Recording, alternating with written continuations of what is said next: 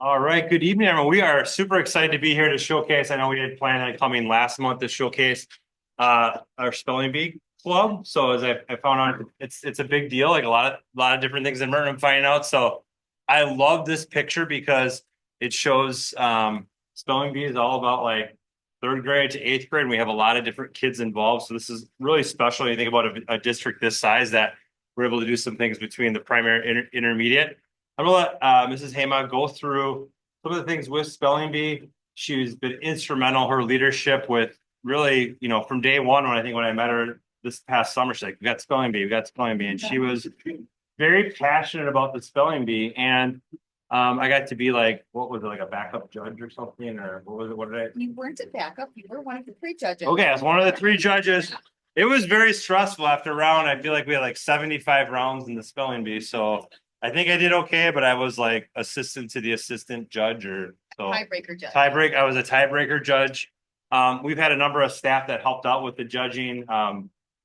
Mrs. Marion, Mrs. Selby, we had some other folks that helped out to make it a really good event. It was back-to-back nights, and I joked with Mr. Newcomer that I can't remember the exact amount of rounds, but I was bragging the amount of rounds because the kids kept spelling words correctly. I think I got a text message later that night at like 9 o'clock. He beat us by like 20 rounds, which I don't know how that. So we have some really good spellers in Merton. So whatever we're doing here, let's keep that up. But I'm going to turn it over. So as we go through, and you'll see a little bit about just really our purpose. So really what's cool about this is anyone who's interested in being a part of spelling bee, they could be a part of it. So it's really around like, and the last thing is to have fun. Obviously, spelling strategies, vocabulary, public speaking skills. Like, I was stressful. I wasn't even up on stage, and these kids, can you guys face this way so I can see you? So we want to see you. So they're up on stage, like spelling these very difficult words, and it was so much fun. So really a great thing, but I'll let you talk through some other details. Can everybody over there that's not even here for scholars to give a grade if we've never done scholars before? So Yeah, it's really amazing how kids can be a part of the spelling too, still be a part of so much else. My name is Justen, and I've been a reading interventionist mainly at the primary building for the last 6 years. This is the 11th year that I've been in the spelling bee world, and my 5th year completing the spelling bee club here at Merton. We started during the pandemic with 24 students practicing 6 feet apart and competing on stage 6 feet apart, taking off our masks as we came up to the microphone. Kids weren't afraid and they came back for more. And this year we had 41 spellers between both buildings, a celebration of all their hard work in the primary and intermediate. 111 students have tried their luck over the past 5 years at trying to win Scripps $50,000 grand prize. I love that families make this a family affair. 19 families have had 2 or 3 siblings try the club. I love it when siblings are up against each other on stage. The Snyder sisters aren't here, but just to have like that sibling rivalry really makes it fun. 28 students have tried the club for more than 1 year, and 2 students have been involved for all 5 years in the club, including Ella over there. I've always had a teacher to help me pull it off, and I couldn't do it without them because it's all the little extras that I think just make the kids want to come back. The school winners go on to the regional in Pewaukee. Past year, no one went and represented the intermediate league, and I judge so that way our students have a familiar face there. I also pronounce courses at 2 regional fees, and spelling is a pretty big deal to me at the rudimentary level in intervention. And I love coming up here and having a little bit more competitive level spelling. Someday I'd love to go with a student state. So if there's anybody that really wants to practice, it can make it to Madison, I will go with you. I'm sure you will.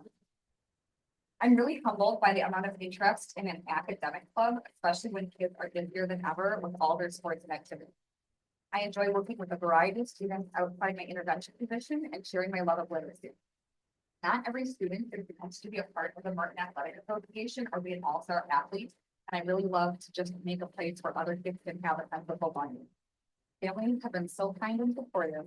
Thank you for inviting us here tonight and recognizing the accomplishments of our talented students.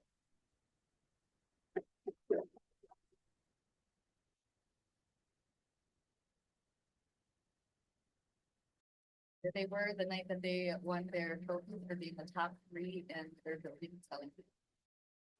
Do we open up to any questions? Any board members have any questions? So just see, I want to give people context, because yes, we were tested that before. It was like, this is the longest spelling bee list, right up to how many rounds we went. Like, Brag and send a text, but how many, do you remember how many rounds it was? I can't remember the number off the top of my head. Did anybody? I know it was over 60 because there were 30 rounds that just the top 3 spellers won. Do you remember the total? 60 something? You want to like clear on that. Yeah. I have never had kids go that long, like they legitimately memorized the spelling list, and I had to go off script, which I've never done. That just means that I'm for words that they haven't previously been exposed to or studied. So it was just an amazing experience. I'm sorry it took a lot of your night, but like. Oh, that was fine. That's fine. I had 2 cupcakes. Thank you, PTO. You're in charge, yeah. Oh, yeah, absolutely. Since as a judge, I was not a backup judge. I was a real judge, and I was a tiebreaker judge as well for the intermediate. We write, as judges, we write down every letter they say. And so after 60 some rounds, I thought I was probably going to wear a break the next day. It was pretty sore, but it was awesome to see because, I think, Nicole won our, and then 2 other sisters were on stage for the last. So I know that was a sibling rivalry. We had to have a few breaks because like there were like yawns as they were trying to spell and it's like, okay, and then you don't realize how cold the gym gets that Mhm. late into the evening. But yeah, the cupcakes got us through and it was just amazing. No, the top 3 are all back from street, so that'd be exciting. So excellent job. Thank you. What was the winning word then? Unorthodox. Spell it. French, what's your winning word? I can put you on the spot. Spell it. Oyster's tricky because the OY usually is at the end of the word, but OY. Remember your word, Hannah? I'm just trying to. That's a tricky word because usually CK comes at the end of the word after a short vowel, but she knew it was just okay. Yeah.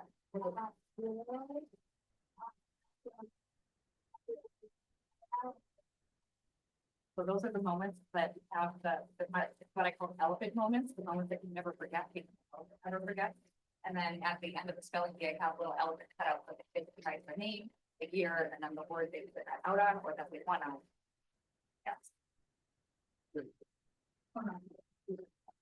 We're worried.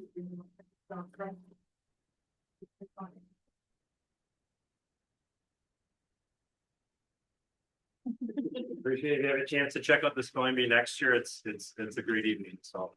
Great couple of things. So we have some. Yeah, we got some certificates yet again. Congratulations on winning. We're here this evening, but again, we'd like to get one more big round of applause for our winner.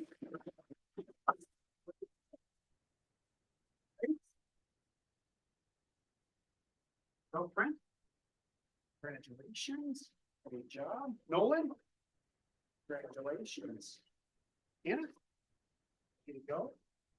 And Kaya and Keelan also are not here this evening. And this, Primer, thank you so much for running that and your team, because we had other staff members at assist, correct? Yeah. And those were. Sarah Marion and. Yep. So I'll get to each of those. So thank you very much. All right, for our celebration, or showcase, we wanted to kind of showcase our student senate. Think about one of our pillars on our strategic plan is with community, and we talk about how to really involve our students and what do they do for the community. And they're going to do a much better job. You're going to enjoy listening to them more than me. So I'm going to turn it over to them in a minute. So our student senate is going to come up here with some great representatives to talk about this. And this doesn't happen also with our fantastic, I wouldn't say supervisors, no, but that's advisors with Mrs. Opperman and Mrs. Unichuk. They've been running this for years and they do a fantastic job. It's a well-oiled machine. They give our kids a ton of experiences that you're going to hear about now. So I have the student senate coming up and I'll help let me know when to. I'll read down, keep them in the middle. I'll go that way. Be quick, look for the, see in the middle. That's good. I thought we did, when I was at the time. I think great.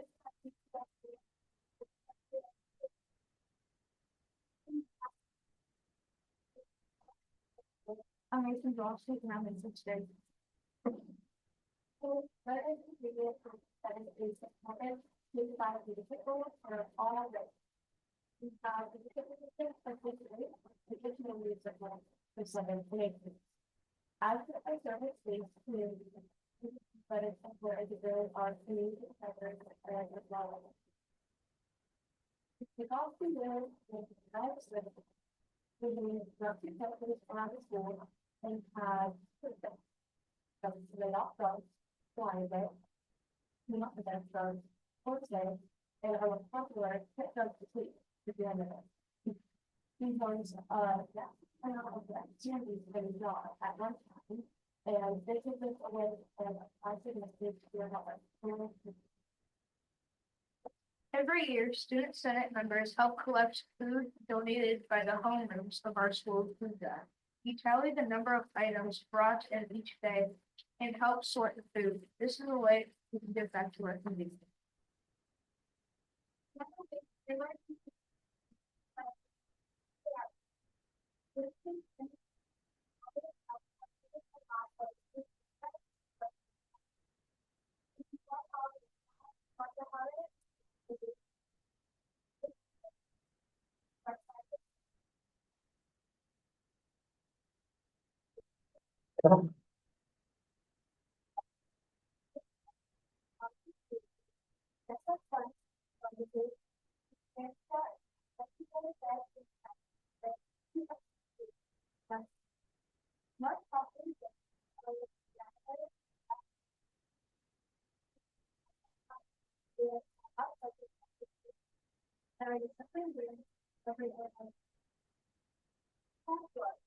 Last is getting introduced this world.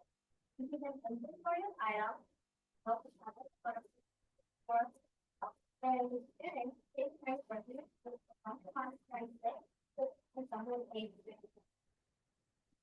This word is extensively possible by taking space. It is one way to start a process from giving us the skills of the possibility of learning and learning or to organize the food.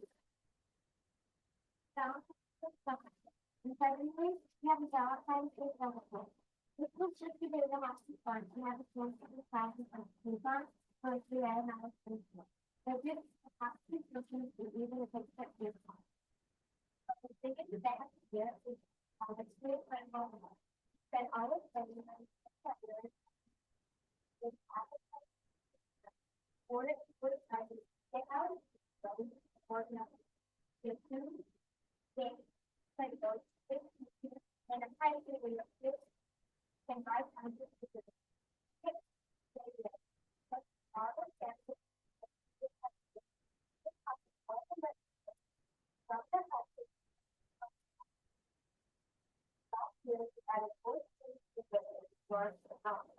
It was a great thing for the kids to be able to come over and get more comfortable with the community.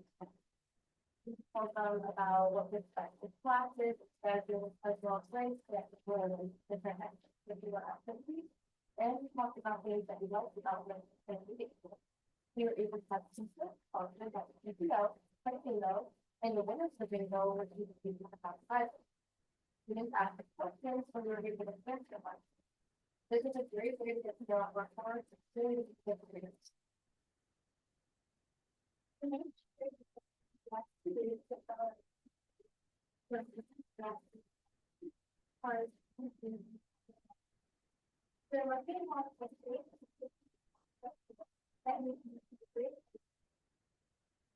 The end of the year is a time to celebrate all the ways we help bring our school and community together.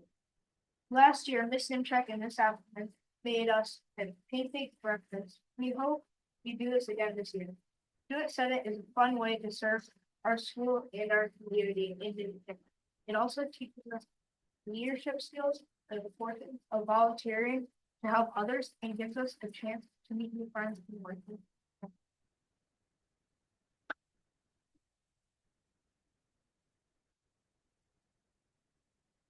Does anybody have any questions for one of these? Your favorite event?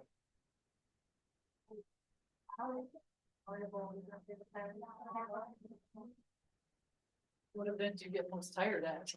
I walked 6.5 miles.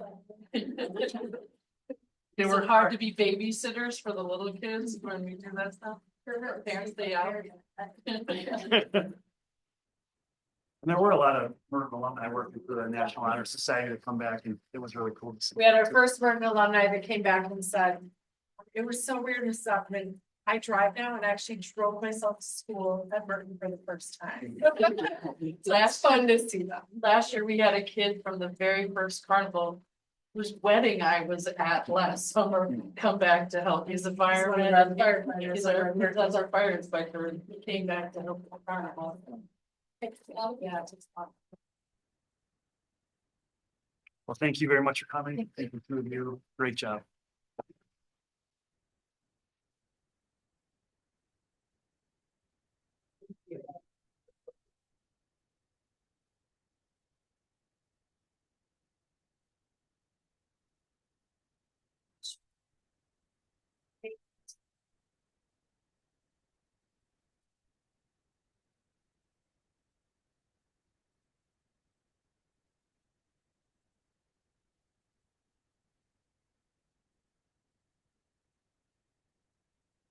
Okay, great student showcase. Bob and the team and Steve. All right, we're gonna go into the other portion of the community forum this evening, where the community has a chance to address the board directly.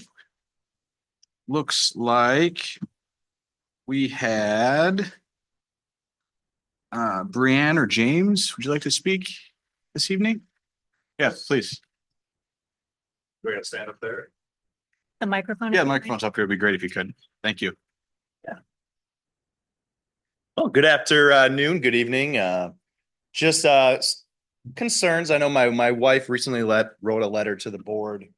Just with some questions around our growing population and a lot of,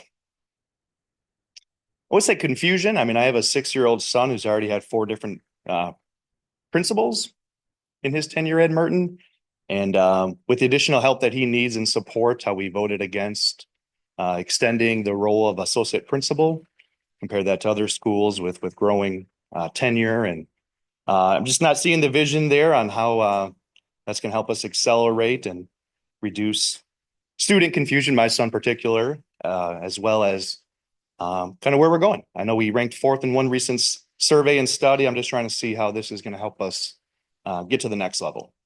So just open to thoughts, feedbacks on kind of where we're at, where we go from here, and how that's going to help our school and community going forward. So it sounds like you have some concerns about stability. Is that? That'd be fair. And growing population and reducing headcount. So I spoke last month when we did this, and I was in favor of keeping the position. So I do think we've had a lot of turnover, and the stability was something I was hearing from parents that was important.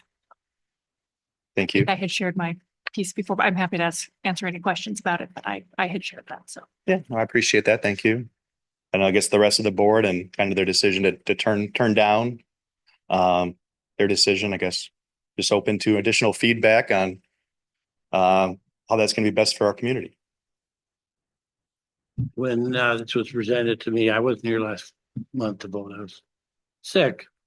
My first question to Dr. Russ was, would we need this position if we moved our 4th graders over to this building here? Because we have quite a disparity between the number of children and staff in this building versus the number of children and staff in the primary building. And his answer would be probably not.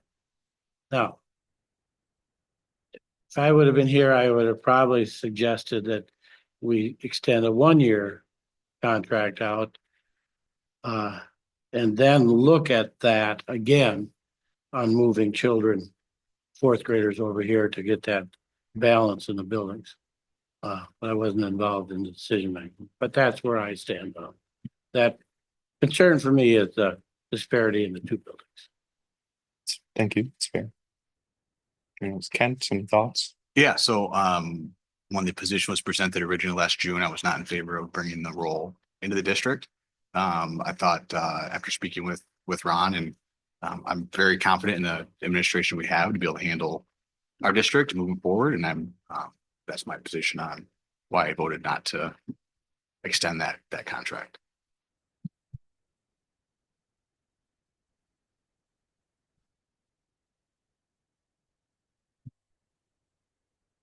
Okay, well, I appreciate some thoughts there, but just expressing some concerns on growing population. So that's My one. wife would like to add. Our student population has not grown. It's actually going down within the district over the past few years. So with the current workload being dispersed between other admin, how is that going to work? The current workload of the associate principal? Yeah, sure. So we are going to be having Mr. Newcomer come over and supervise some staff.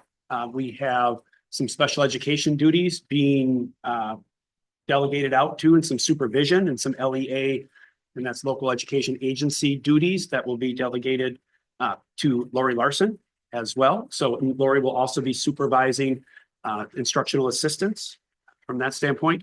We're going to ask Maria Kacharski to come over and do some supervising of instructional support, our reading interventionists and math interventionists, if we have that too as well. So as an administrative team, we have delegated the roles of the associate principal because again, we had to begin to do that.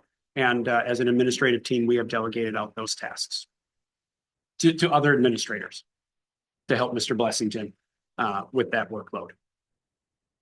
Ron, did all of those people have full-time responsibilities this year? They're not like we're only at 0.8 and we need 0.2 of something to do. They were all 100% employees, correct? That's putting more work on their plates. Yeah. Well, we didn't have an associate principal until this year, so it's redistributing the work that already existed back to the. It would be very similar to when Kristen Higgins was here, when we had one principal.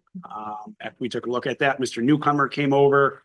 Lori picked up some responsibilities from special education. Maria picked up some things. I picked up some things at the time too. But again, we would go back to the one principal and then the support of that one principal, which occurred at the beginning of 23-24. So that's kind of the model we went back to and discussed it as an administrative team. Thank you. So, thank you. All right. Justine Hema, I'm sorry.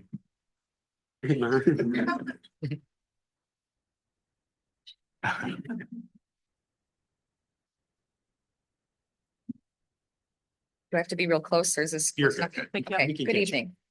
I'd like to speak on behalf of the counselor position that the district is eliminating in addition to the associate principal position.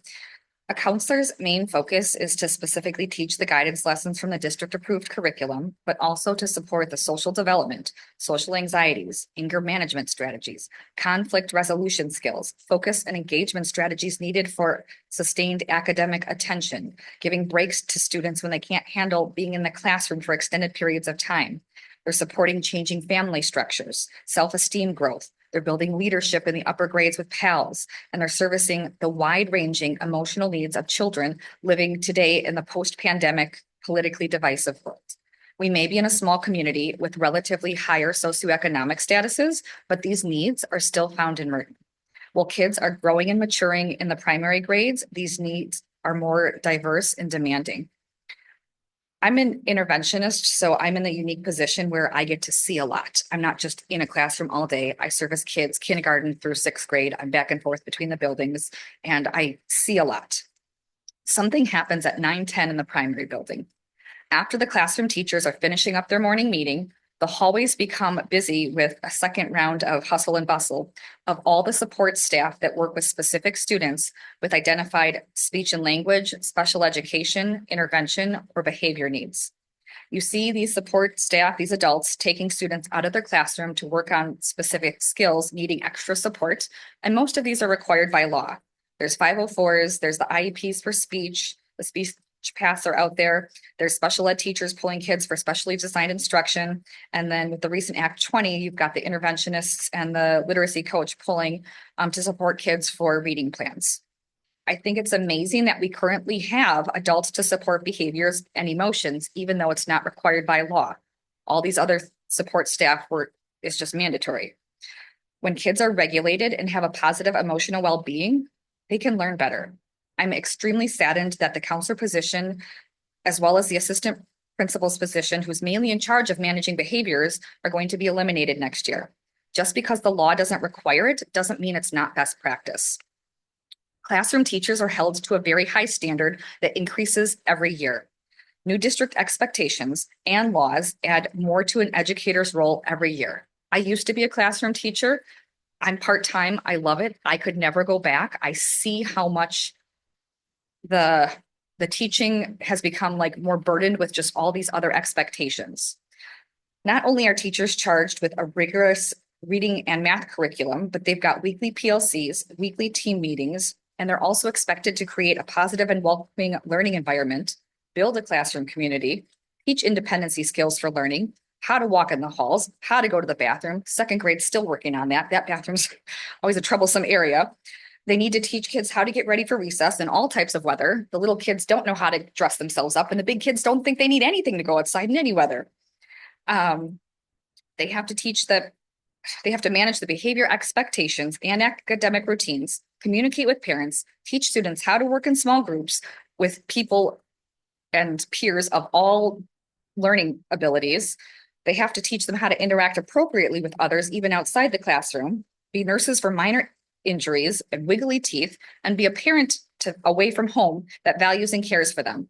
In addition, they have to differentiate for learners with speech or language needs, bilingual learners, behaviorally challenged, attention challenged, emotionally dysregulated, and academically struggling.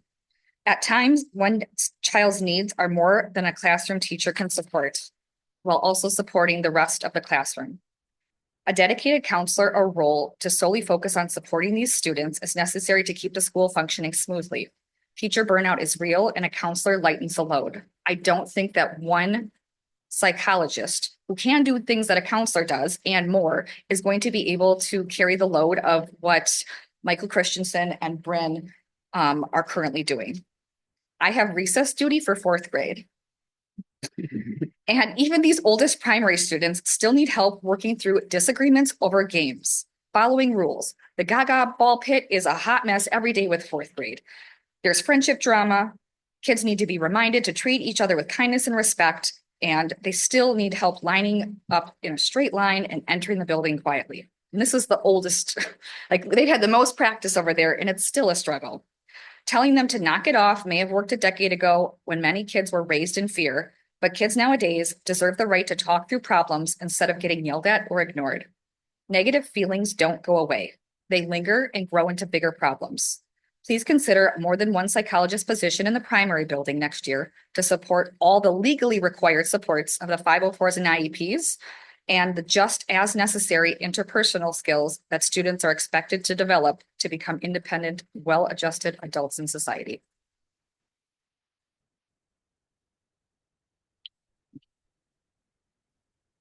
Would you like me to address a couple things? Well, the switch from a counselor to a school psychologist was an administrative recommendation. Okay.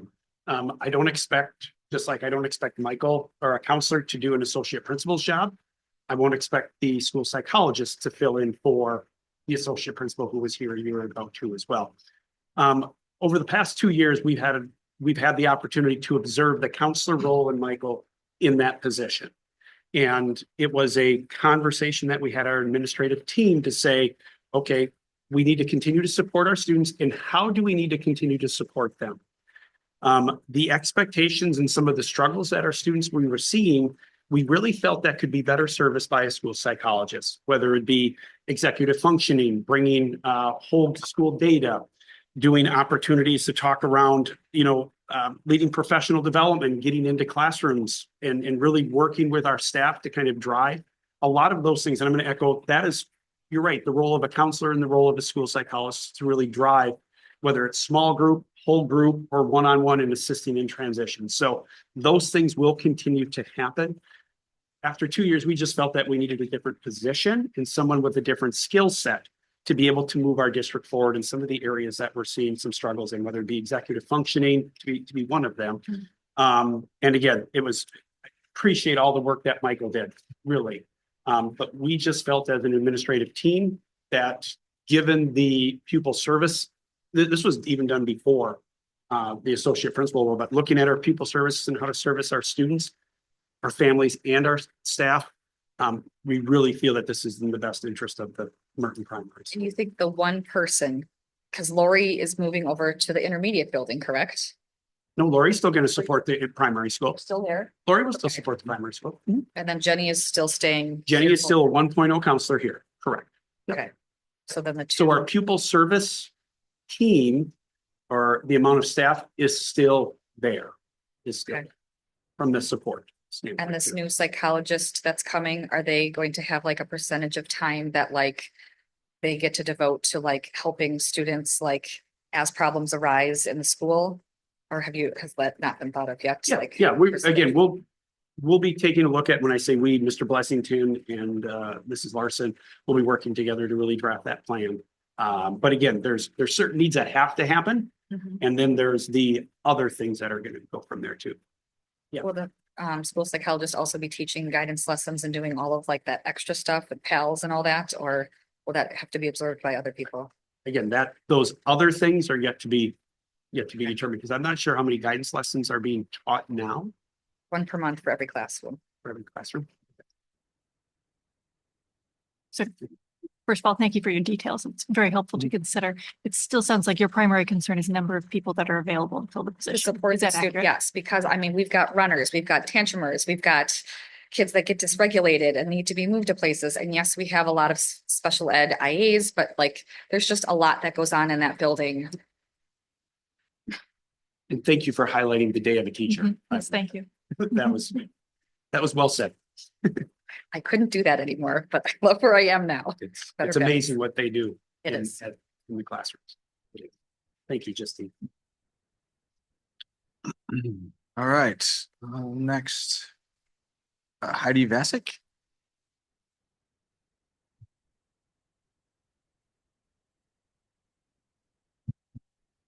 Hello, I do not have anything specifically prepared, and I'm not an expert in getting in front of people and talking, so please bear with me. But I wanted to stand up here in behalf of Mrs. Rhodey. She has had an intricate part in this school this past year. When I heard that they were going to be putting on an associate principal position, I was beyond thrilled. I just knew that was what our school needed. Dr. Russ has been absolutely amazing. We have known him the last few years. We've had a son that's about to graduate from Arrowhead who spent some years here. My husband taught here. He spent a few months on the strategic planning committee last month. And so we have definitely been very involved in this school district. But as you know, there's been challenges, in the past, and we know that a lot of families have left the school district, unfortunately, due to a lot of circumstances that have been going on. So when we found out that they were going to be bringing on Mrs. Rhodey for an associate principal, I just thought this is the perfect position. Mr. Blessington has been absolutely amazing. I think he is a great addition to the school. But I think there is a position that Mrs. Rhodey fills that can't be filled by just Dr. Russ or by Mr. Blessington or any of the faculty here. My daughter has gone through some situations at the beginning of the school year, as well as at the end of the school year, that caused us to consider moving her out of the school district, which is absolutely heartbreaking because we love it here. When we bought a house so close to the school, I came into the school for the first time and I had tears. because I was so happy. So to think that my daughter no longer wanted to go to school here because of the situations that she was going through, I was so heartbroken. But with the help of Mrs. Rohde, she mitigated so many circumstances. My daughter was getting picked on and bullied and other situations that were happening. And she got involved and they started friendship groups along with Mr. C. And there's so much that has changed now between like just the whole like second grade. And my daughter loves going to school again, and her stomach aches are going away. Her headaches are going away.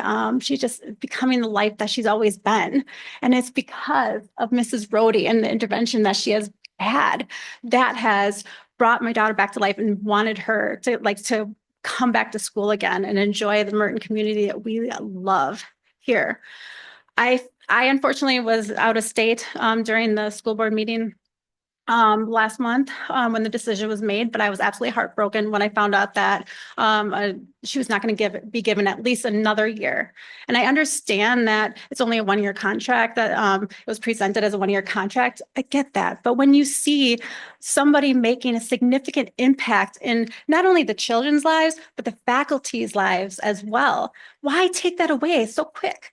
There's been such a high turnover in faculty that because of very many different situations, but my understanding is the faculty absolutely adores her, that they enjoy being at work, that they feel like they can focus on, teaching their children, focus on their jobs. And because now they have somebody like Mrs. Rohde to take on some of the situations that the children are facing right now. And to take that away, I feel like is absolutely detrimental to the students, to the faculty, and to the families. And I feel like there was not even a discussion. I hear that there was a 1-3 vote, a 1-4 vote, but my understanding is Mr. Dobbertin wasn't here. And even if there was just one out of 100 people, why wouldn't you want to hear that one person's opinions? Give it some thought. And my understanding that there has been many people that have sent emails with their opinions of the importance of Mrs. Rohde's position and the impact that she has had.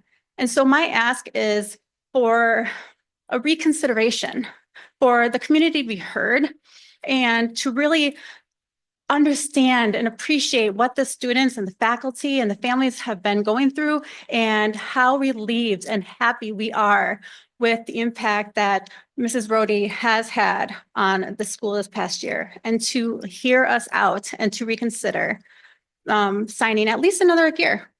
I understand the importance of a budget. I get it, but you can't put money on a child's education and happiness.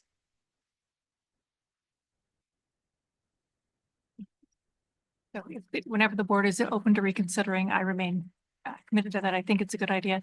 And I also empathize. I know the heartache of a child that doesn't want to go to school anymore and what happens there and the importance of the faculty and staff that make that a space for them to be again. So I empathize a lot.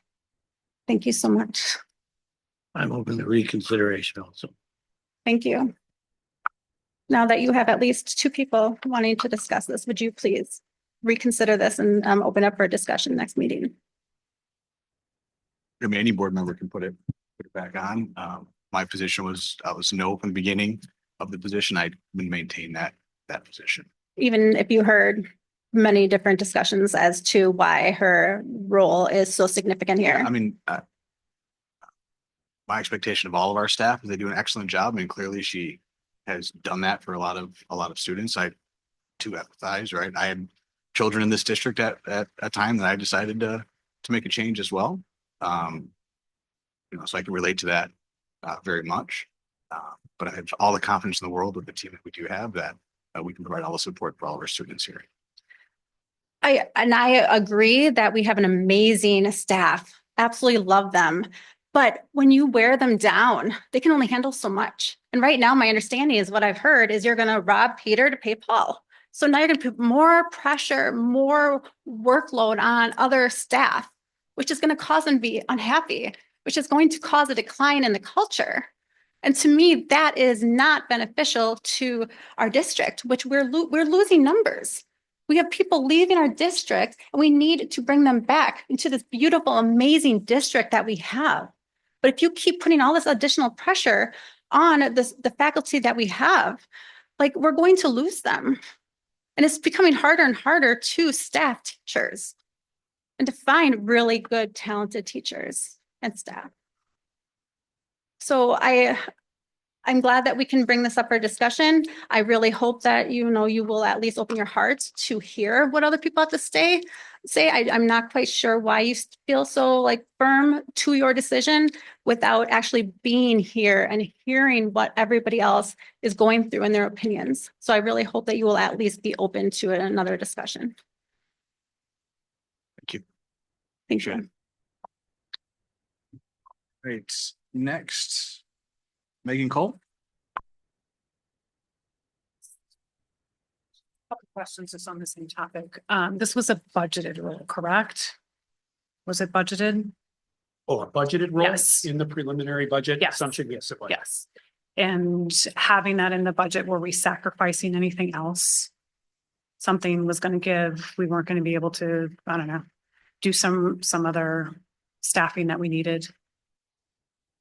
In my staffing preliminary, budget proposal, no, I felt like our staff was appropriate and it wasn't robbing Peter to pay Paul. I think that's the analogy. Yeah, yeah. I didn't feel it was in our budget. Okay, No. thanks. If I I don't felt want to it would deduce have- the position to dollars, but I think those are important facts for people to understand. So I felt it was going to take away from somewhere else and Yeah. whether it be, because our administrative team talked about that. We really had some really big conversations around where do we want to put these dollars? And that's where we came up with the recommendation and it is part of the preliminary budget. Okay. But then when we were told we did have to we did pivot and we do feel we have a very good plan. Like the board expects us to be able to deliver on that and our administrative team will. Yeah, I appreciate that. And I, as the prior comments said, I have every confidence in our staff. I think with the new strategic plan, we have new curriculums in place and some of the shifting around that you were just describing, it's concerning that something will end up being lost, right? Or we will give, we can only give 110% for so long.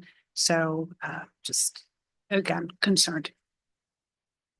Yeah, so I'll just add, you talk budgeting. I mean, there are things that I take in consideration from that. I mean, we have a lot of people that wear multiple hats in a small district like we have. We currently don't have a business manager, right? Dr. Russ is fulfilling that role.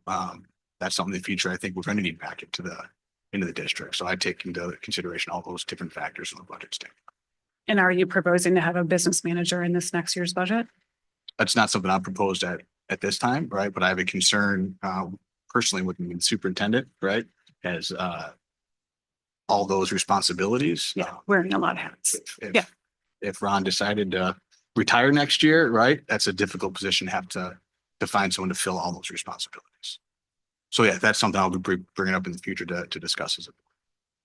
Understood. Yeah, but that's in the future, right? Like we're talking about the estimated budget as it is and we're not necessarily planning for those things right now. Conversations coming up. We're in a very still uncertainty from a state budget standpoint and I think we've skirted it the last year. We definitely did from a funding standpoint as far as our state funding versus local funding. So all those things I take into consideration when I look at how much state funding do we get? What's that? We don't get much state funding, do we? What is our total? We're a majority state funded district. Okay. And it's a federal fund. Some no, we don't tell anybody. Yeah, I mean, for us, it's going to flip at some point. Right. If you look at other districts in the area, I think we're the only district not operating on an operational referendum. Correct. Yeah. And that's something that's very important to me that we continue to operate in that fashion. Yeah, I'm with you. I think it's great to be fiscally conservative. If we're looking just a year ahead, is that really in sacrificing this position for something that is 2 years out or a little bit further out? Is that really the right time to make the decision? Have we reallocated the money that we were going to spend on the AP to compensation? I had not heard that. No, right now it still is it's just the money that went back into and again, kind of waiting for some certainty to come up and again, whether it be compensation models, whether it be the state budget. We do anticipate pretty stagnant federal dollars, which doesn't impact. That's in fact, small for us. Small amount, very small for us. The Most state, of our- it's the state funding model that impacts us. Correct, yeah, Yeah. yeah. Yeah. The federal funds for next year, with the IDEA and the flow through preschool funds. Yeah. We believe we were being told that will be there next year for us, and that's about $160,000. The following year, we don't know, but Yeah. again, yeah, it's $160,000 we can do, and again, the state may be reimbursing us. So, but it's really the state budget that is kind of the biggest thing, that's the biggest unknown right now. Yeah, but the leaning is that won't go into effect until 26-27 school year, For the federal. or like for the- changing. The federal, Changing correct, over yeah, the stuff, federal, yeah. yeah. But the state budget that starts July 1st, more than likely, we're not going to know until September. Crossing everything. So, But then Ron, to clarify, if we did reconsider, the money is still there. It hasn't been allocated elsewhere. at this point, if you told me to staff something, we would be able to make it work given the variables that we have and the time that we have. But yes, I have not reallocated. Again, I haven't spent any time on the shift of the budget. That's a next week project. But the line item is still there, the 50-some thousand dollars. Again, if you told us to do something else with it, though, again, we're early enough that we can pivot and move if needed. Thank you. Thank you. Right. Next on the list is Katie Farchman.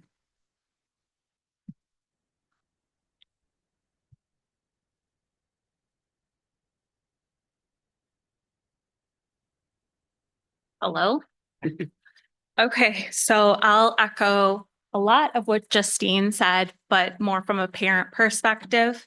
So first, I just want to take a moment to acknowledge Mr. C, our primary school guidance counselor.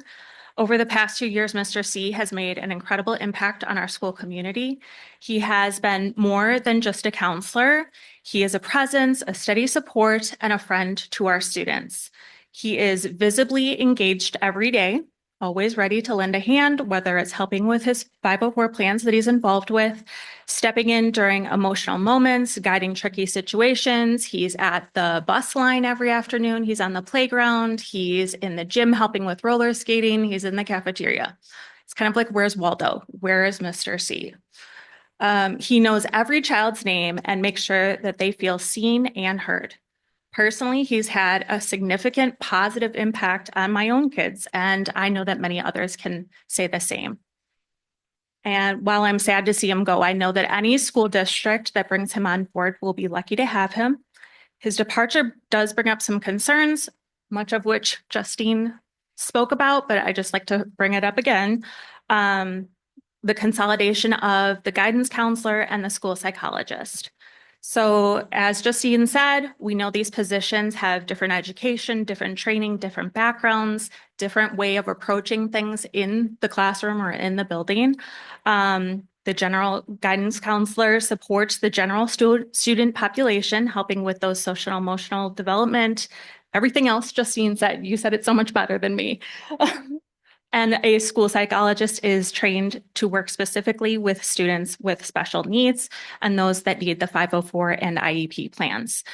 Dr. Russ explained a few weeks ago in his community chat, which, by the way, if you want to hear what's happening at school, that's a great opportunity to come and hear from Dr. Russ directly. There's a little plug for you. So that was on March 6th, that the new school psychologist will help to lighten Mrs. Larson's caseload by taking on 504 and IEP evals and reports.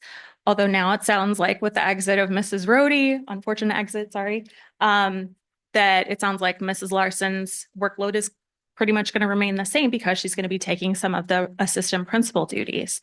My concern is that consolidating these roles could leave a gap in support for students who don't have 504 or IEP plans.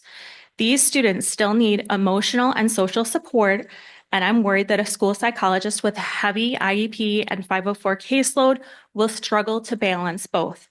Dr. Russ mentioned that the new psychologist will support the general population as well, but I'm concerned how this will work in practice. Mr. C has been available to step in to help students re-regulate in the classroom, in social situations, and to offer support during tough times. He's also been available to staff who might need additional support in the classroom, often at a moment's notice. I wonder if the new school psychologist will have time to be that visible, engaged person for all students. With the non-renewal of Mrs. Rohde, who has also played a vital role in supporting special education and general student needs, I'm concerned that the new school psychologist won't have the bandwidth to fully support both their caseload and the broader student body. The work Mr. C did, being present and helping out wherever needed, was invaluable, and I fear that without a dedicated guidance counselor, some students may fall through the cracks. I have no doubt that the new school psychologist will be highly qualified and meet Merton's standard of excellence, but unless they happen to be a graduate of Hogwarts and have a wizarding degree, and they happen to have a time turner on hand, for you Hogwarts nerds, I just don't know how they're going to be able to balance all of this within the confines of a regular school day. I understand the desire to get the most bang for your buck and finding somebody who could potentially do it all. And I appreciate the value of having someone in addition to Mrs. Larson who can help to lead the 504 and IEP process. But I also believe that it's crucial to maintain a dedicated guidance counselor to support the social and emotional needs of all students. So again, I know you did kind of address this, but I think now what my concern is, again, hearing the reallocation of some of the duties from the assistant principal, assuming that we don't renew that contract, how are we going to hire a new person for a school psychologist role, sell them that they're going to be doing X, Y, and Z, which actually probably is going to end up being more than that. Let's be realistic. How do we know we're not going to overwhelm them with a workload that's just not feasible for the long term? And then we're going to have the same problem again with a person either choosing to leave or maybe not working out, and the transition for our kids. So we'll approach it from that angle this time. So a couple things. First of all, this position is for all kids, okay? You do have an opportunity to go and grab some state aid for special education, okay? This position will not be funded through Fund 27. This will be funded through Fund 10. So that means the position is for all kids. Now, general fund. This will be just like the counselor position. There is going to be small, for instance, if in fact he or she is running some special education referrals, you know, either assessment or whatever it is, I would be able to recategorize that a very small amount, maybe 5 to 10% of the day. We're looking at possibly devoted to special education. Okay. That's it. That's it. The rest of the day is a regular education program. And that's so just to kind of make sure that it is for all kids. If it wasn't for all kids, we would get approximately 30% reimbursement back. So that's why we really classify special education, because we do get some state aid back in that. This position will not be state aided. It will be coming from our general fund from that standpoint. So that's kind of, just wanted to make sure it's going to be for all children. Again, the workload of that, again, we're going to rely back that onto Mr. Blessington and Lori Larson. So we believe we do have a very workable job. Again, we will continue to take a look at, hire a quality person, a great candidate for our kids and our school, and create a job that is doable. And we will support that. And I guess until we get into it, it's very difficult for us to say, hey, everything's going to be okay. We believe everything's going to be okay, and that this is the right change. Again, Mr. C, it's great that he's been doing all those things. And again, I've worked side by side with him many a times these last 2 years, and we certainly appreciate that. We just felt after taking a look at the last 2 years that this is the best move for the district, and that we can achieve all of the things that Mr. C has been doing, and then adding a little bit more into that too as well, possibly. So thank you, Katie. I really appreciate you saying, and again, I really appreciate highlighting those great things from Mr. C, because Because again, he's going to continue to do really, really good work for kids. He is. We wish him the best of luck. And that this is not a performance non-renewal. This is a position change. Again, that's super important for him, super important for him. And the same with the associate principal, it's not a non-renewal. No, not that. No, this is unfortunately, again, there's a state process. That's why it's such a not so fun process. But again, we are defined by state statutes with our contracts. But the associate principal contract was a one-year commitment. That is all who is signed up. Anyone else like to speak this evening? Okay, thank you. Okay, thank you, everybody. All right, so we are post 6:15, so we're gonna That's all right. roll right into our Board of Education meeting for March 17th, 2025. We'll call this meeting to order. Please join me in the Pledge of Allegiance. Of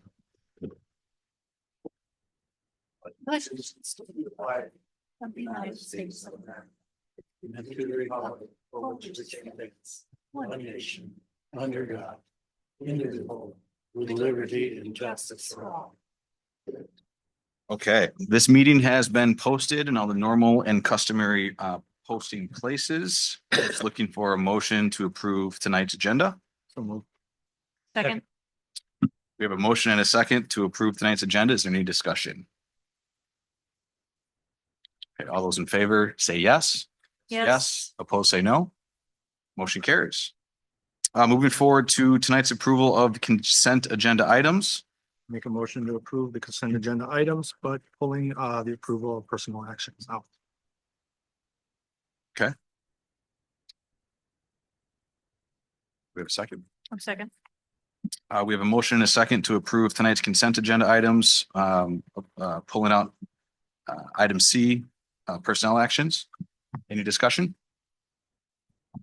All those in favor say yes. Yes. Opposed say no. Motion carries. Okay, so we'll go to approval of personnel actions for our next next item. Again, what you have in front of you is a resignation letter from Mr. Christensen. Michael, again, would like to thank him for his 2 years. This is the reason for the resignation kind of been talked about here this evening is just a change in position from a counselor, again, reallocating that FTE to a school psychologist. So just looking for a motion to approve the resignation of Michael Christensen as presented. So move. Second. We have a motion and a second to approve the resignation of Michael Christensen. Any discussion? There are none. All those in favor of approving the resignation of Michael Christensen say yes. Yes. Opposed say no. No. Motion carries. Okay. Moving forward to delegations to be heard. Do we have any delegations this evening? So we're going to go forward to the district administrator's report. Sure. This evening, again, thank you very much to our student senate who did the principal report this evening for Mr. Newcomer and Mr. Blessington. We had a very nice presentation during our community forum around the impact that our student senate has had, not only to our school, but to our broader community. And again, we'd like to thank all the students and our faculty for that opportunity. Thank you. From an open records request, again, the typicals, odds and ends, you know, from different locations, but nothing out of the ordinary. And I think that is notable.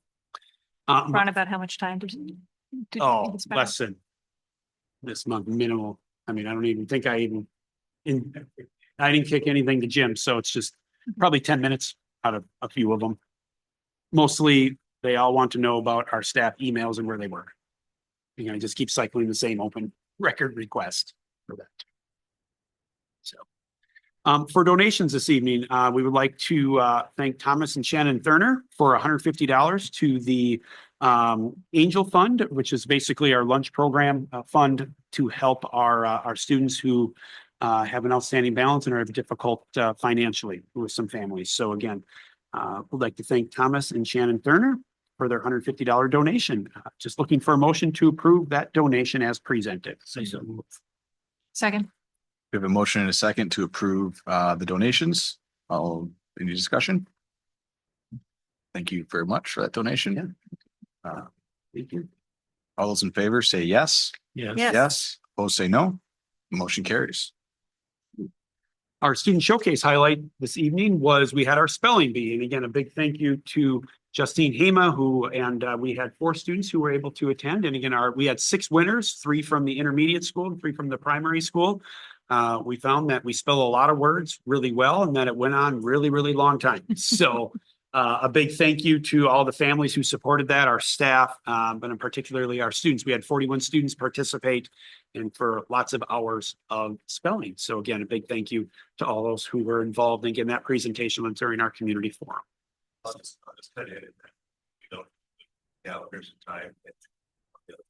Whoa. Congratulations. Well, thank you. Yes. We have certificates. We have certificates. For you. We do. So, yep, Steve, Yeah. go ahead. So we've got. Congratulations. I heard it was, that I missed it. it was quite a battle, I heard. Yes. It was. Fantastic. Siblings on stage. Yeah. Finish higher next. Don't answer.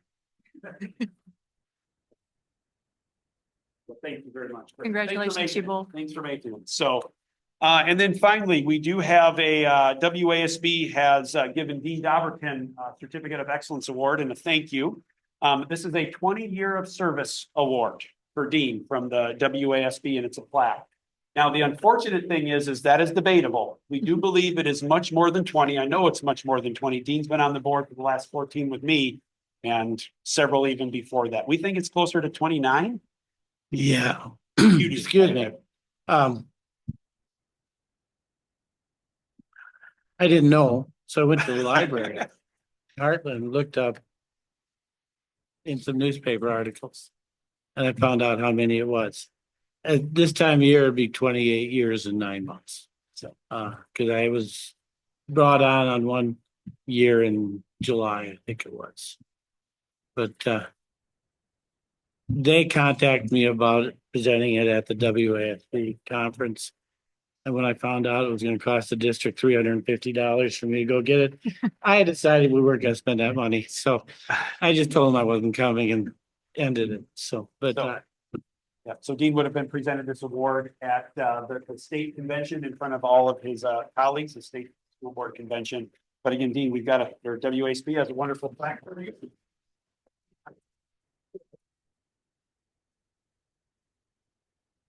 Dean, thank you very much.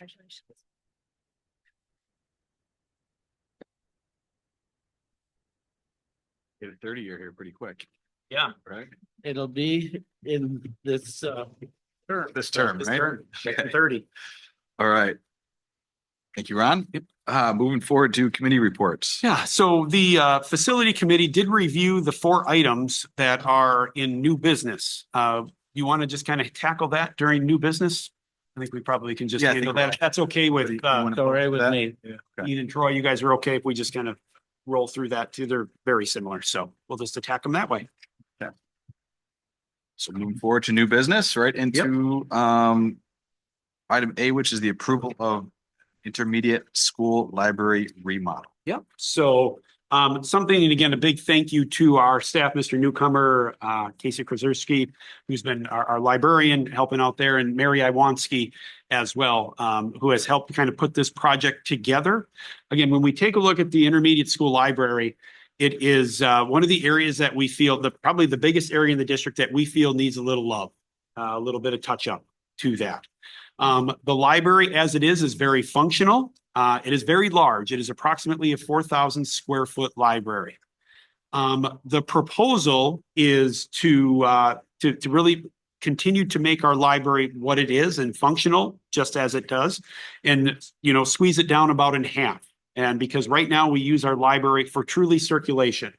It's not an area, we've had a change in our literacy program where we've gone from some mass volumes of reading and really soft seating and really being comfortable to something a little bit different. So the need for a large library space for kids to spread out and read truly isn't what we see into the future. However, the library design of even making it in half of approximately 1,800 square feet does still meet the requirements of what we were trying to do. One is a circulation, but the other is the ability to bring either a single class in for instruction, bring in 2 classes for instruction, or bring in a whole grade for a discussion with Mr. Newcomer or some other topic. Obviously, if we brought in a whole class, we would be able to scoot the furniture to the sides and they would sit on the carpet, is where we would be able to house 100 students. So the functionality of the library is still there. What you see though is a nice little refresher to it. It certainly is. And again, you'll see in the presentation that there's lots of ideas that have been floated around. Mr. Andersen even came up with an idea possibly at the facility to, instead of a stagnant graphic, what would happen if we, would make that maybe some LED screens or make it a little bit more lively and do something that way to put a little technology in there to that. So we've got a lot of opportunities, but what we are looking at is really a centerpiece or a showcase of our school. So yeah, Mr. Newcomer does a lot of tours. I do them every once in a while, and I just say, here's our library. Let's just keep walking. So we joke about it. We go in and things like that. But the last time we touched the library was right around 14 years ago. And it's just a spot where we feel that we could use some touch up and make it a much more lively space and a much more appealing space for our kids. What you see in the library part of the design does house all of the current volumes of our book load. And it has seating for approximately 24 students. To be able to go in there. So for a whole class to come on in and to be able to hang out in either high tops, low tops, some soft seating throughout the area too as well. Now, the other opportunity that presented itself is again, since we don't need, 4,000 square foot library, what could we use that space for? Back in 2020, we did ask Epstein Ewan Architects as they were designing our 1975 wing to give us some ideas around the building where we could possibly gather space or what other opportunities do we have. They did target the library as an area that, again, don't need that big of a space more than likely, and that we would have an opportunity there to, shrink the library and then add 2 additional classrooms for future growth, if you would like to. So when we were thinking about remodeling the library, we just didn't want to remodel a 4,000 square foot library because that would be half as big as we really, or twice as big as we really needed. So the opportunity to create 2 new classroom spaces came out of it. And those classroom spaces right now are wants. Again, right now, Mr. Newcomer has his building. Again, there's plenty of room. We do have some people who we would like to assign to one of those classrooms who right now are displacing other teachers. What that means is during a prep time, Mrs. Matson, our counselor, may go be teaching some ACP classes. We've got Mr. Pomeroy's health class coming into another classroom. Next year, we have an additional math class that's going to have to displace a teacher. Again, nothing that our staff can't overcome, but having a designated space so those teachers don't have to get displaced with this opportunity, if it goes through, would be an opportunity that would be taken up there too as well. The other classroom that would be being built would be used for our instructional team, whether that's Maria Kaczarski, our curriculum director, Mary Iwanski, Andrea Irving, or Lauren Bartel, as an area to meet with teachers or to do their work too as well. Right now, Mr. Newcomer has 1 conference room in our school. We could use another area, ideally. But this would be another opportunity. So instead of having team meetings in the conference room, we would have another area, small area where we could go and have some other team meetings for that opportunity too as well. So, and then you'll also see there's a 3rd classroom in there that's already built that we would be using for district storage is where that would be utilized there too as well. So, so what you have there is a proposal. There are some dollar holders in there for the library aspect, whether it be aesthetics, carpet, tables, and things like that. You also see the construction that would be needed. And again, that would be putting up walls, filling in some doorways, securing the area a little bit more. And again, we would be recommending more construction. Big thank you to Mr. Zurcher, who went through and scrubbed these with myself to making sure that the 4 proposals were apples to apples, making sure that everything was in there, whether it be, how many duplex outlets we're going to have, how many strobes, what kind of door, is it finished? How many coats of paint? Again, just really getting down to the details. And again, that would be the construction aspect of it. I do want to highlight that our team, our custodial team and our maintenance team would be doing all the demo in the moving of the project. So the current ceiling grid as well as the carpet would be demoed by our team. Again, saving the district significant dollars instead of having a professional company do it too as well. What you see there and what came out of the facility committee is a $270,000 proposal that would be used to create a new library space. 2 brand new classrooms would be created, and then ultimately putting new carpet and paint and ceiling into the current classroom that has just VCT tile in it too as well. So again, all of it could be for future, but again, we do have some needs right now for it as well. I should say some wants for it. Again, needs versus wants. I don't want to say that we absolutely need this because we still would have a functioning library. We would. So we need a motion before we discuss, yes. Ideally. Yep. I move we approve the project not to exceed 270,000. Second. We have a motion and a second to approve the intermediate school library remodel. Any discussion? So I'm not against this. I'll start with this. I'm not against it. I'm not going to stand in its way. What I have are process questions. Mhm. So when you first mentioned this and we were talking about it, one of my questions for you is, did we think about what we're going to do with libraries in the future? So this is how we're using libraries now. We're primarily going to use it for circulation. Did we spend time thinking about how will we use libraries in 3 to 5 years and then in 6 to 10 years? So are we thinking, and so this is, my kids started at STEM school, so this is design-based thinking, right? You just start with where do you think you want to go and not just what are your needs right now? I would love in the future to see us start there as opposed to by the time you were talking to me is we need 2 classrooms and a half a library. And I completely agree that it's not a pretty space in the school. And that when we were touring, it was not something that caught our eye either. So I am for these things, but there's a difference between, we're going to do a touch up, we're going to do some paint, and we're going to imagine what we could do with this space. And I feel like we skipped that step. And these are the things we're going forward with. I'm okay with that. But the opportunity to be innovative is missed.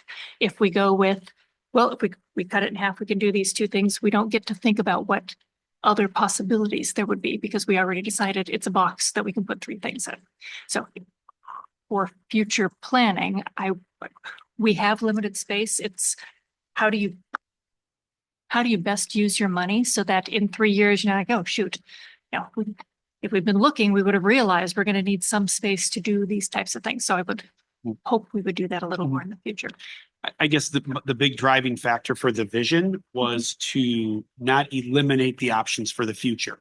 More so for the community growth possibility compared to what was the vision of the library, truly.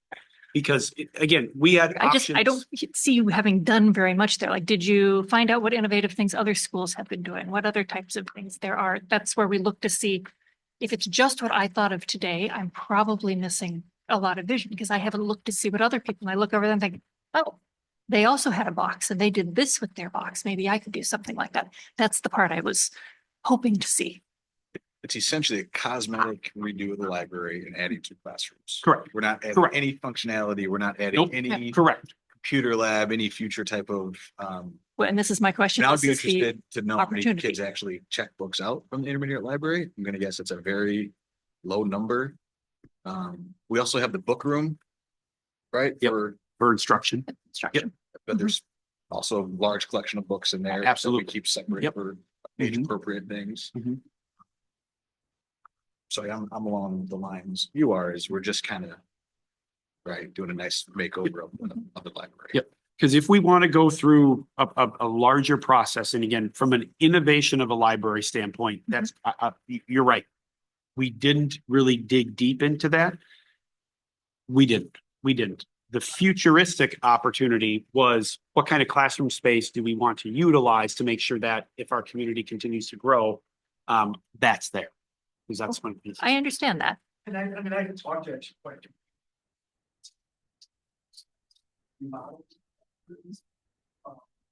a lot of it seemingly being buying right now, which is really expensive. You can tell it's like a thought revision, but always go. And a lot of people I've talked to that built those. Have it just sort of remained. I actually got one. They did it and they frosted the class, spent all his money and then they were unfrosted, they couldn't supervise kids. Then they aren't sure how to use it. It's kind of a huge space. So I would suggest they also skipped the step they should have skipped, right? They made something look really cool without thinking. So I'm not suggesting we make things look cool just for that purpose. Right. Right? I want to think about how we might use these spaces, and there are probably ideas beyond where we are. So I understand where we're going with this. I would like us to consider that step in the future, because by the time this arrived, when you're talking to me, it was these are the things that we need, and we're already past that step. Yep.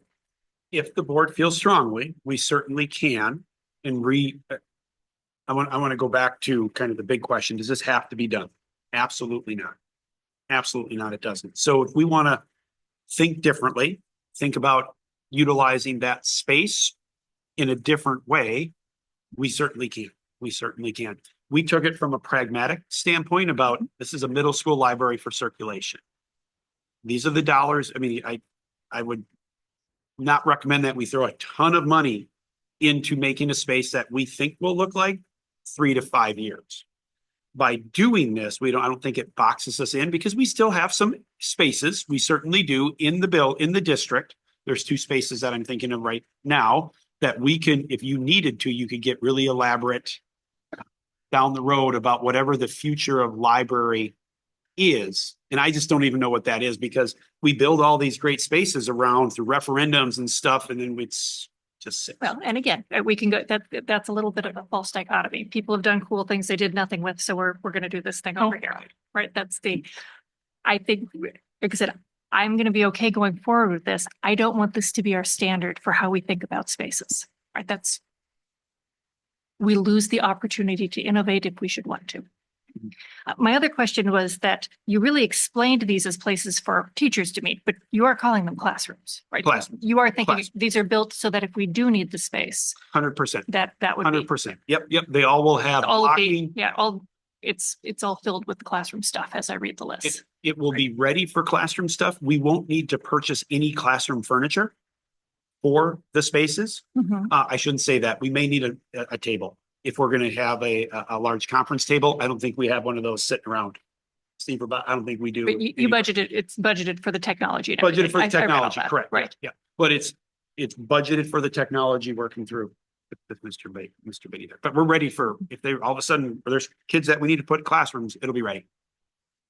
Oh, this is a summer project. Summer project. Yep. So if you give it, do you have the timeline to give it 1 month?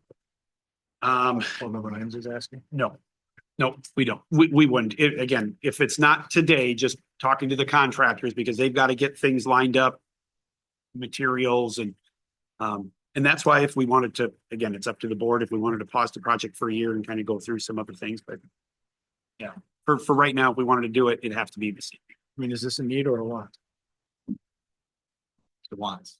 This is a want. I mean, it's a want for our library to look Have a better. growing student population, It is a I will want. say, I stable future. I right? do agree that the library is. When we took the tour here, and we are big fans of libraries in our house. It was, and Ron gave us our tour. He did not really want me to look in there, and I popped my Yeah. head in and said, that looks like dead space. Right. And I don't want that for our kids either, certainly. So I think I understand the desire for the touch-up portion, but that I don't disagree with. I don't like how this got to me, is what I'm saying. Yeah. And hence the reason why we, again, I'm not recommending paint and carpet just in an area that we don't have a vision. I was gonna mention, we have about $340,000 beyond this of other items on our agenda. Yeah, there's some things coming up here. That we need to take into consideration as we're thinking about this. But funding this, and that was a question I asked in the committee meeting, would either come from fund balance or Fund 46, which can only go to brick and mortar Yep. type things. Yep. We're not going out to referendum, we're not borrowing money for this. We can do it within the scope, not hurting ourselves on depleting our fund balance by too much, anything like that. It's very doable, and with the other projects, everything's very doable. Yeah, we did move money to the Fund 46. Correct. Yep, we moved some more money to Fund 41. So we did Fund 41. And I am in favor of. This will be, well, Fund 46, yeah, Fund 41, we'll continue to build that up. Okay. This project for sure would more than likely be Fund 46 or Fund 10. The roof project, I am still trying to sneak into our budget. That's And the one. I'm in favor of using our funds to make our school a better place to be at. Yeah. I want to be clear on that. Yeah. That part I'm fine with. I understand what you're saying. I would like to see us kind of pause and just have a further discussion on this. That's fine. All right, any other discussion? Okay, all those in favor of approving the intermediate school library remodel, say yes. Yes. Opposed, say no. No. No. Okay. Motion fails. All All right, right. we'll revisit that a little later. Thank you for Okay. the discussion. I appreciate it. Thank you. Moving forward to the approval of district technology switches project. All right. So thank you to Mr. Benny for putting this project together for us. This has been something, again, once every 10 years that we are at. So one of the pieces that we'd like to highlight is Jim's proposal is looking to the future, expanding, whether that would be, new technologies or sensors or cameras, our ability to look forward and making sure that for the next 10 years, we should be as well positioned that we can. Obviously, we don't know how things continue to change, but we do believe that this is a really good project, and our other one is 10 years old, not being supported. From that standpoint. The other piece here is we have an opportunity for E-rate dollars, again, some federal dollars that we know or expect that are there now. But we feel that we have an opportunity to grab just under 20, just over 20,000 to help offset the project as we go there too. So Jim did update the proposal from the facility team, and Jim, I don't know, when's the last time you updated that? Was that today? Or over the weekend? Friday. Okay, so Friday. So again, the hardware quote, again, Jim did take it out. They are giving us a 5-year license, which should take us through half the life cycle. So again, that way we only need to get another license a little bit later. And that licensing fee wouldn't be as great as it is now, because it's just the license instead of all the switches and the hardware. Just the license part too. So Can you break out how much that is? Oh, yeah, sorry, we gotta wait till never mind. so In that case, could you move us to the there. part where I can ask questions? okay, all right. So what we've got a project there, and again, the proposal, the motion would be to approve the hardware quote from Core BTS and the service installation configuration from Cypress LLC. So moved. Oh, do I need to do a not to exceed? Nope. Nope. Said that. All right, so we have a motion and a second to approve district technology switches project. All right, any discussion? So the rebate, if we don't take advantage of that, it's gonna go away, correct? Yeah, so currently we're in year 5 of the 5-year budget cycle for E-rate. What that $21,000 rebate that we get represents is what we have left of our 5-year budget that we get through. There is some talks, and it's actually at the Supreme Court level about whether E-rate is going to happen moving forward, which is what gives us that 40% on every E-rate project that we do pretty much every year in our replacement cycle. So, part of it is it lined up great because it was part of our 10-year cycle. And that money's there, and we're not sure if it's going to be there past June, which is when we're kind of expecting that decision to come. So, as I said in our facility meeting, is our equipment that we have working fine now? It is. But doing this sets us up for things that we've all talked about doing over the next few years. It just lays the groundwork for it. And we have an opportunity to make it quite a bit more expensive than it would be post. It's working now, but it at any moment could not work, right? And it's end of life. It's no longer Well, support. and we can't add the things we want to add on the current system, right? So Or that we've a lot had of it- discussions A about. lot of it comes down, and I'm sure Meg will understand where I'm coming from on this one. And the example I use in the facility meeting is you get new access points. A lot of them are requiring more power. Well, these switches will deliver more of that power and, give us better range, give us more dense environment. Looking at, the idea of adding cameras or sensors in bathrooms or that kind of thing. Those all get power from the network. They're not actual electrical power. So doing kind of the plan that I put forward allows us to have that base set for whenever we want to do all the projects. Does that also help with the Wi-Fi access that students use, everybody's on a computer, being able to not have those fail while they're trying to use them in classes, or everybody's taking an exam at the same time? And I couldn't get into the, but what portion of the 117 was licensing versus? Could you give us access to that? Is that something you could? I said, yeah, it's. Well, it's. So when I looked at. Yeah, take a look at your online. Yeah. So when I looked at the actual price of the hardware, it was actually a little frustrating to me because 10 years when I went through this project, it was a little under $80,000 for the hardware. This time it was about $85,000 for the hardware. So in actually 10 years, it didn't go up that much. The rest of that is all licensing. It's all subscription licensing, which everybody's going to just to get a little extra money. And it's really frustrating to people like that.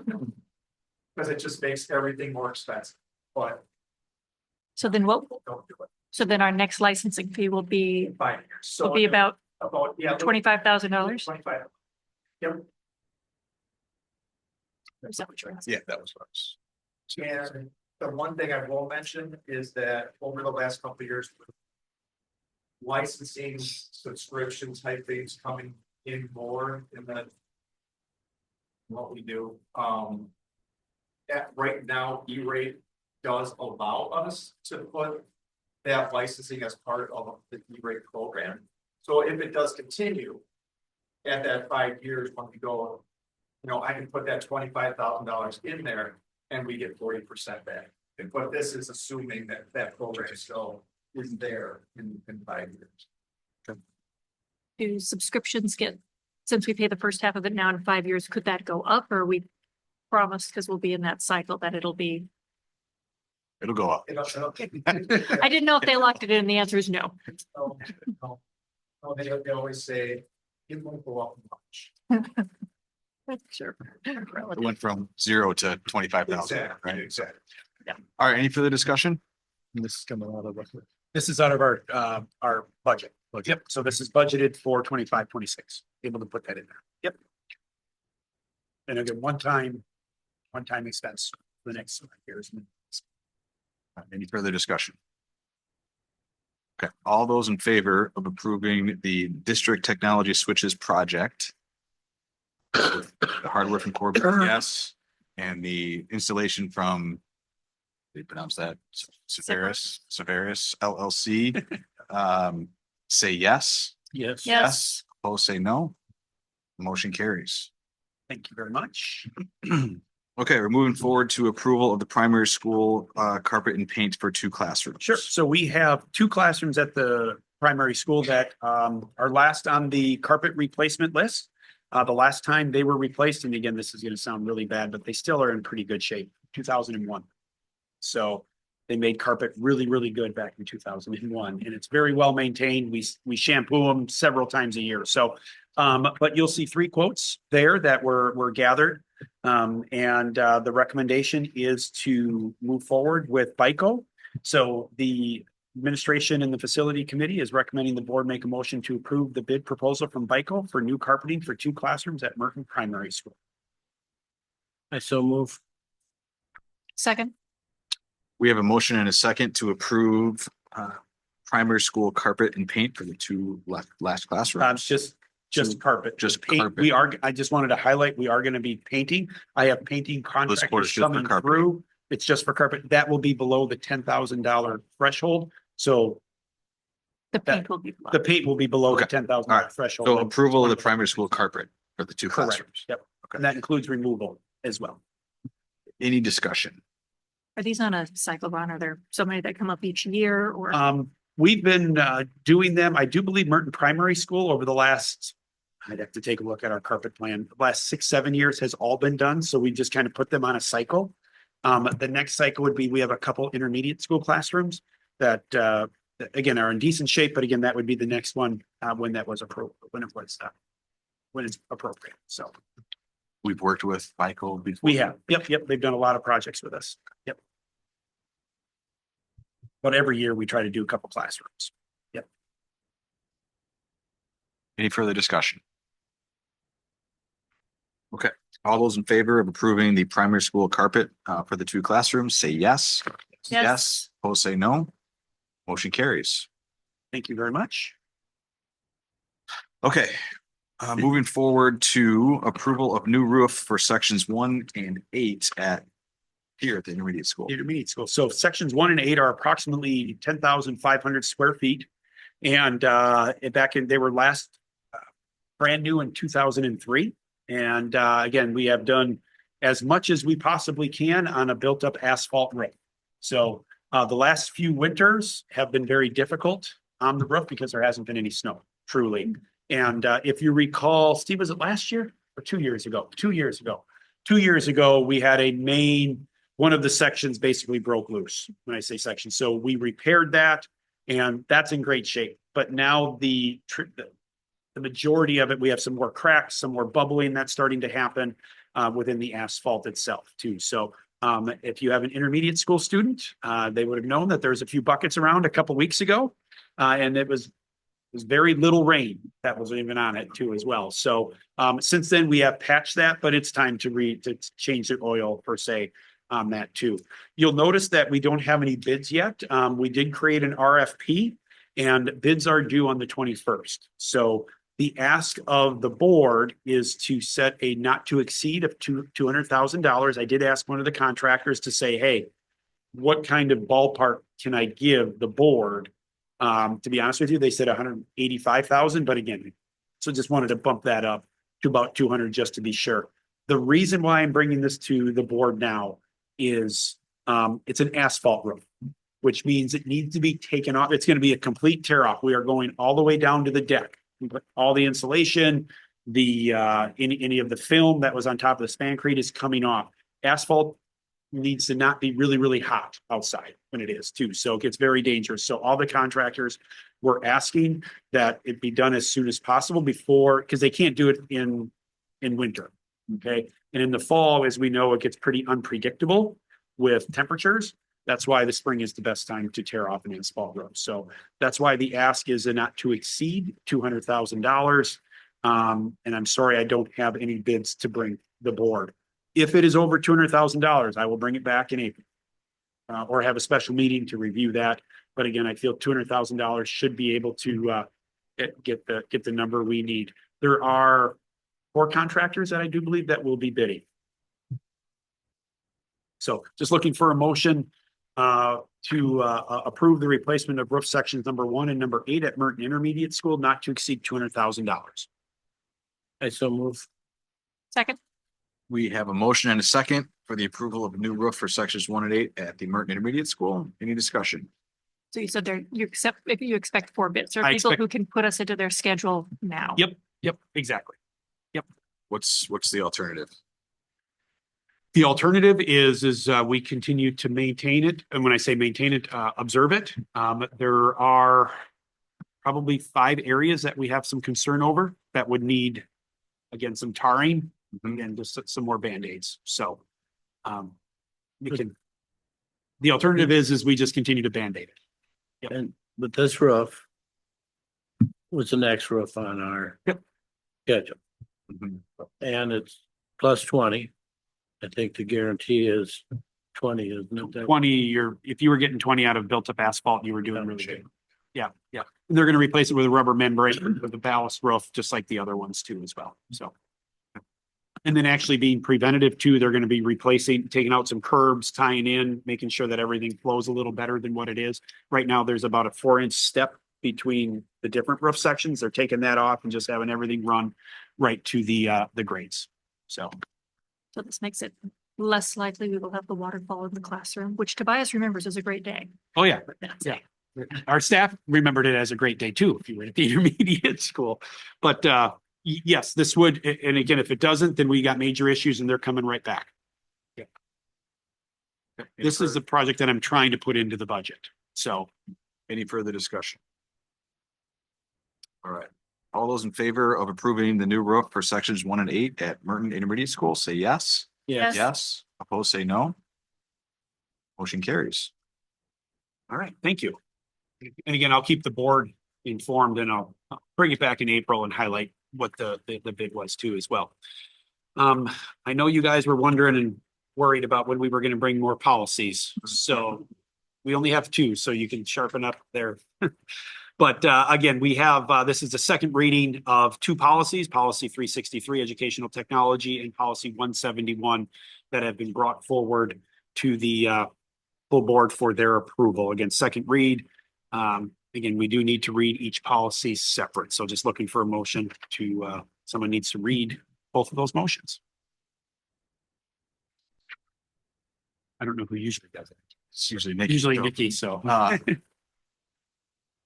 Motion to approve policy 363 educational technology policy that has been recommended by the policy committee and provided to the full board for its consideration and action. Second. We have a motion and a second. Any discussion? This is the policy, just staff, adding staff to the Full staff. Full Yep, staff. full staff. Yep. Instead of a teacher, it says. Instead of a teacher, changing it to a staff. Yep. And it highlights that any instructional support, instructional assistance, that they need to flow that through this supervisor. Any further discussion? Thank you for making my. All right. All those in favor of approving policy 363 educational technology policy that has been recommended by the policy committee and provided to the full board for its consideration, say yes. Yes. Yes. Both say no. Motion carries. All right, motion to approve policy 171, regular board meetings that has been recommended by the policy committee and provided to the full board for its consideration and action. Second. Okay, we have a motion and a second to approve policy 171. Discussion. This is amending the Consent agenda items. consent agenda Yep, items. two to the policies. Right. Put it in policy. Yep. Any further discussion? All those in favor of approving policy 171, regular board meetings that has been recommended by the policy committee and provided to the full board for its consideration and action, say yes. Yes. Yes. Opposed, say no. Motion carries. Okay, that concludes new business. Moving forward to future meeting and agenda items. Yep, so April will be very busy. We have our strategic planning committee coming back together to review the work that has been accomplished thus far in the strategic plan and then previewing next year too. I do believe out of the 14 members, I think we have 12 coming. 12 members are able to make it. I do believe 11 to 12. And Joanne Sternke and Brian Keemers, our 2 facilitators, are able to make it too. So we're excited to bring the team back together. We also will have a finance committee. Again, we'll take a look at our quarterly reports, give an update on where we are with our budget as well. And then we'll have to bring the policy committee together too as well. The policy committee, we will have a new per state statute, and part of Act 20 is a new promotion policy between 3rd and 4th grade. Okay. We've looked at WASBs, put 2 WASB policies together, and we feel very strongly that we have a good policy that meets state statute and gives the district in good standing moving forward there too as well. We also will need to bring the negotiations team together. Again, and begin negotiating with Otto, our Merton teachers bargaining unit. And that would occur sometime hopefully before the next board meeting, because we would love to have a closed session to talk about compensation. We have completed our teacher compensation committee's work. The committee does have a recommendation that they would like to show the entire board and present to the entire board. Living within the parameters, again, more information coming out with that. But again, would like to set a date for teacher compensation as well as talking about the other units, administration and support staff too as well. Again, we can talk about budget. Again, we go into closed session to do that. I would like to, if the board's okay with it, to invite the teacher compensation team to come in and present to the board their findings. Again, the team did feel that it was a team thing and it was best if we could have one or two representatives. And then they said, well, why can't we all come? It's okay with the board. They all want to come. So there would be 7 teachers that would be coming at a closed session. Yep. The board can invite people into for closed session if that would be the will of the board. The other person I would like to recommend for the board to bring in is at least to invite the person who does win the April 1st election. So this will be one of the things that they need to vote on right away on the 28th or very soon. And if they can be right there as part of the conversations as well, obviously they don't begin voting until April 28th. But again, we can invite them in to be part of the conversation and dialogue too, because they are going to have to make some of those decisions very quickly or very soon, I should say, depending on what quickly is. So again, we have a very busy time. And again, if we could set our calendars together, I did talk to Nicole about possibly that second week in April. Does anybody have availability on the 7th or 8th? What time? Would be in the evening, right around 6 o'clock, if that works. 7th would work for me. Check. This afternoon. 7th works for me. 8th I teach on Tuesdays, nights. Justin, you okay with the 7th? 7th works? I said, yeah. What's that? Yeah, I mean, yeah, 7th. Okay, so, and Nicole can make the 7th too. So, all right, we're gonna go April 7th. At 6 o'clock. I guess technically you're still around. He's still around. Yep, he's still there. At 6 o'clock. That might be an opportunity too for us to bring the policy committee together. So maybe before that, again, I'll work with people's schedules. Maybe we'll have a committee meeting possibly before that. I think the closed session is probably going to take a little bit. No, I'm talking about the policy. Oh, the policy? But not even, because again, we would bring a student handbook changes too as well, just to kind of showcase that as well. So, and if it doesn't work, it doesn't work. That's fine. But again, the closed session, if you could block out, it'll be a good two hours. So I would say, okay. And I also like future agenda item. I like to see AP contract. Spoken about. Discussed. For April. Everybody good with that? It's For the April yep, 28th. April 28th. Yeah, not that they need permission. Anybody can because put anything, anybody right. can put anything on, No, and Troy's still a no. board member, but he won't be an acting board member on the 28th. So, okay, so AP contract, bring that back. Okay. Do that. Any other meeting agenda items? Before we do adjourn, this is Troy Andersen's last board meeting. Troy, thanks so much for your last 3 years. Some policies come through and stuff. So thank you for your 3 years of service. Well, it's still. I don't have a WASD plaque for them, so I'm sorry. Rolex? Okay, we'll wait for that. All right, just looking for a motion to adjourn. So moved. Second. Motion and a second. All those in favor of adjourning, say yes. Yes. Yes, opposed, say no. Motion carries. Thank you, Thank you. everybody. Happy St. Patrick's Day.